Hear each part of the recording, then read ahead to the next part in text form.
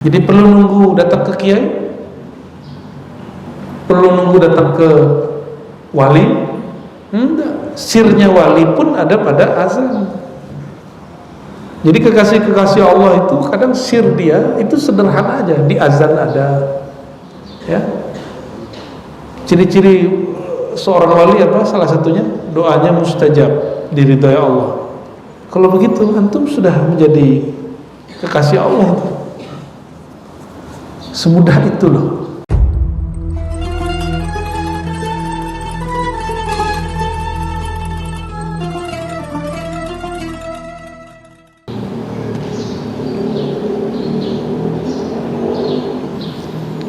Lalu di paragraf nomor 2 sebelum terakhir, ya, sebelum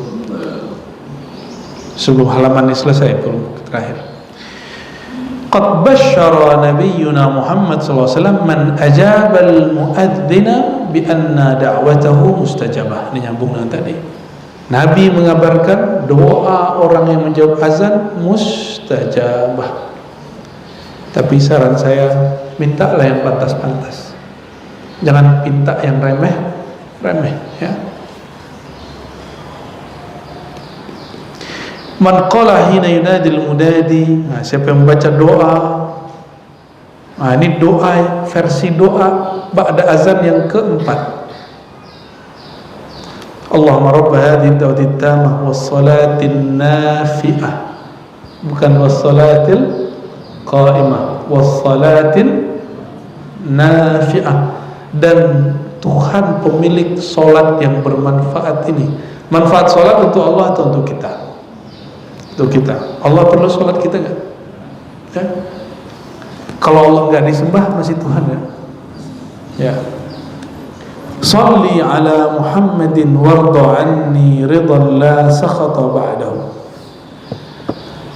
Ya Allah, sampaikan salawat kepada Nabi Muhammad dan ridhoilah aku dengan ridho yang tidak ada lagi kemurkaan setelahnya. Itulah ridho yang qadim. Sekali Allah ridho, selama-lamanya dia ridho. Ini doa keberapa? Ini riwayat Imam Ahmad. Cuma di dalam riwayatnya ada seorang imam yang kitabnya terbakar sebelum dia meninggal, 4 tahun sebelum dia meninggal. Hafalan dia rusak. Maka dia mengabarkan hadis tidak terlalu detail, tidak pas gitu. Namun hadis ini naik jadi hasan li ghairihi, tidak dhaif karena ada hadis penguatnya. Hadis-hadis yang tadi.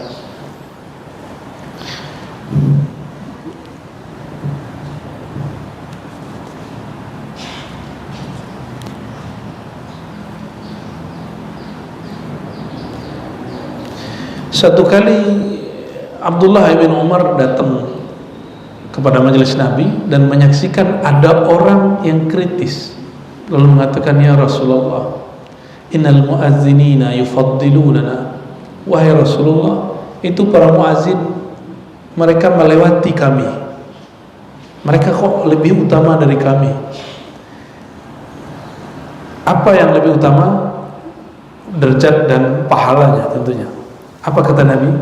Kul kama yakulun. Kalau kamu memang suaranya cempreng gitu ya, suaranya nggak pas azan, terus nggak dapat izin juga untuk azan, kul, bacalah apa yang mereka baca. Kayak tadi, fa idza tahaita fasal tu'ta. Jika engkau selesai membaca doa itu dan membaca bacaannya, mohonlah kepada Allah, pasti engkau dikasih. Jadi perlu datang ke kuburan untuk doanya mustajab? Perlu ke Mekah dulu? Enggak. Bawa nur Mekahnya ke sini, nur multazabnya bawa sini. Itu ada pada sirnya azan. Kecuali kita sudah di Mekah, ya. Sudah di depan multazab baru, ya, habis azan depan multazab, itu nikmat sekali.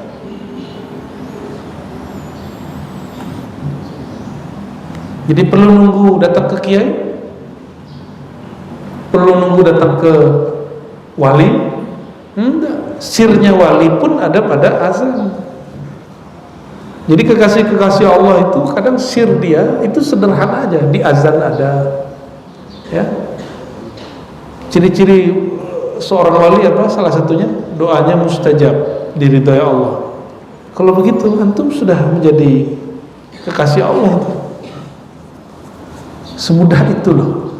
Yang masuk surga pasti kekasih Allah. Dan Nabi mengabarkan siapa yang jawab azan dengan kolbunya, lisannya baca, kolbunya mengikuti, dakhala jannah, pasti masuk surga. Itu kekasih Allah. Wali am, kita sebut wali yang umum. Wali yang umum, ya, wilayah ammah. Lalu kenapa orang masih mengatakan jadi wali sulit? Lagi-lagi kurang piknik, ya. Betul, wali am itu nggak sadar dia wali. Yang sadar profesor, dia profesor, ya profesor itu sendiri, dan orang yang ngerti dengan ilmu si profesor, ya. Wa min fadailil azan anna bainahu minal iqamati da'watun mustajabah. Tadi saya sudah sebutkan juga, antara azan dan iqamah ada doa yang mustajab.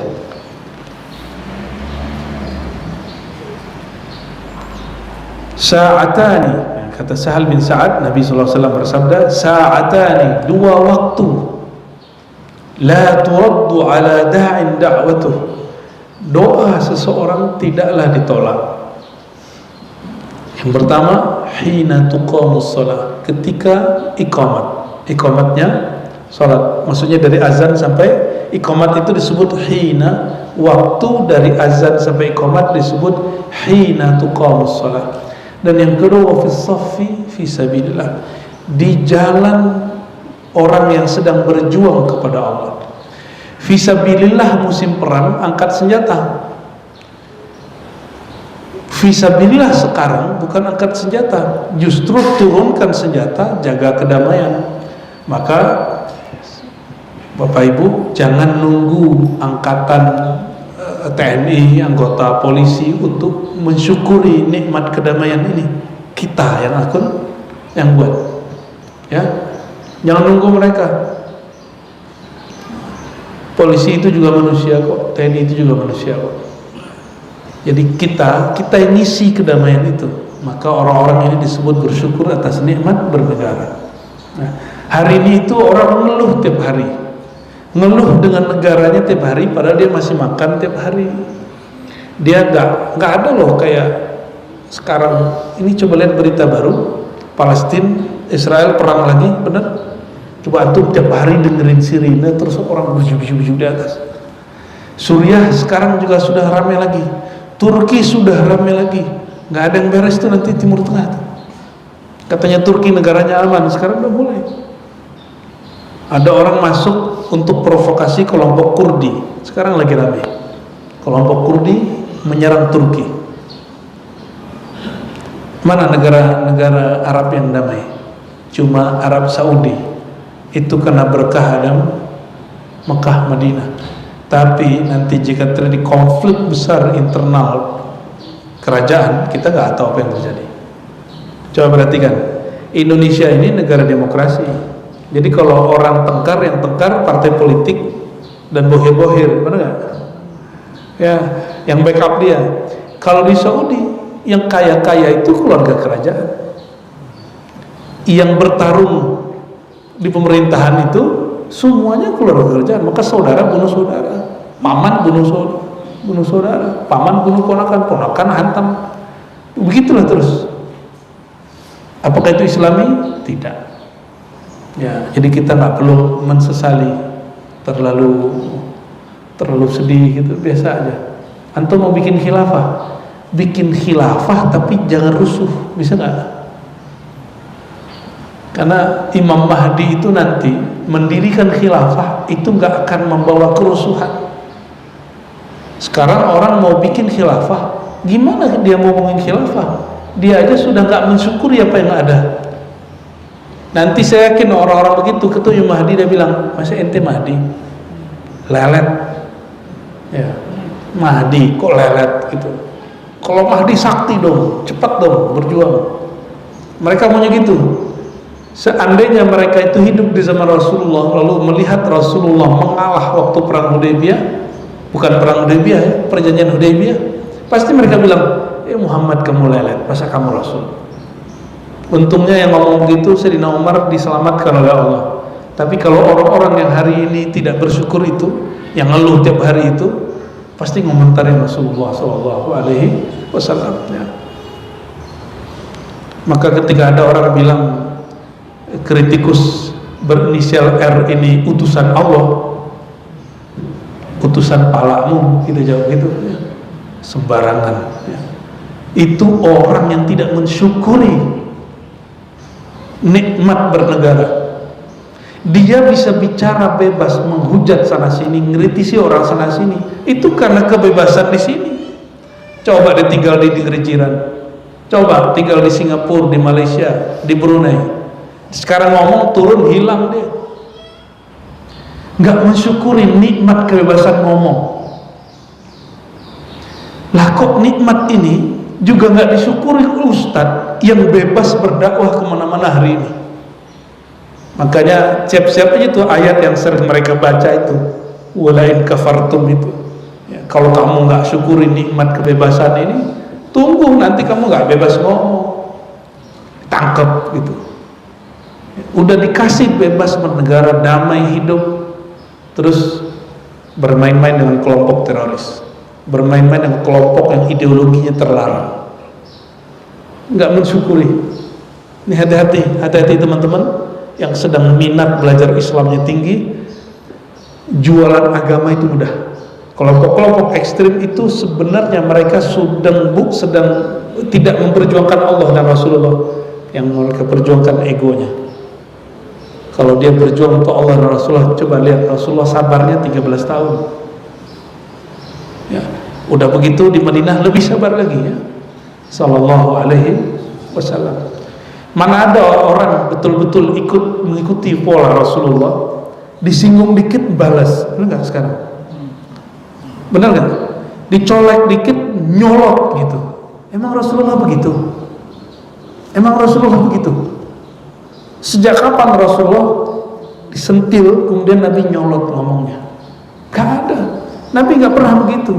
Bahkan beliau dihina, beliau dilempari najis, dilempari ataupun berdarah wajahnya, dan itu lengkap dengan kotoran-kotoran. Sayyidina Abu Bakar melihatnya nangis, beliaunya diam aja. Dan saya ziarah ke tempat masjid tempat beliau dulu berlindung di situ. Ternyata ada seorang Nasrani yang menyambut beliau. Nasrani itu masuk Islam, itu jadi masjid di daerah Taif. Maksud saya apa teman-teman semua? Kita itu membayangkan ikut Rasulullah itu cuma negara Islam. Gimana negara Islam mau jadi kalau yang kecil-kecil belum beres? Sifat yang kecil-kecil itu belum kita ambil ya, jangan mimpi dulu. Colek dikit emosi, bakal jadi nggak kalau begitu? Mana ada orang begitu jadi ya. Rasulullah dicolek orang, jawabnya gimana? Fa innahum la ya'lamun, mereka nggak paham siapa aku. Kalau hari ini gimana? Kamu nggak tahu siapa aku, gitu kan? Nabi kalau dihujat orang, dihina orang, disakiti orang, ngomongnya sederhana, mereka tidak mengerti siapa aku. Kalau sekarang lu nggak kenal gua, gitu kan? Ya. Saya ini punya nasab ke Kiai Fulan, Habib Fulan. Kamu nggak takut kualat? Ternyata dia panitia kualat. Jadi orang kualat itu ada daftarnya sama dia. Dan saya sedih kok begitu ada pada orang beragama mau mengambil sunnah Nabi.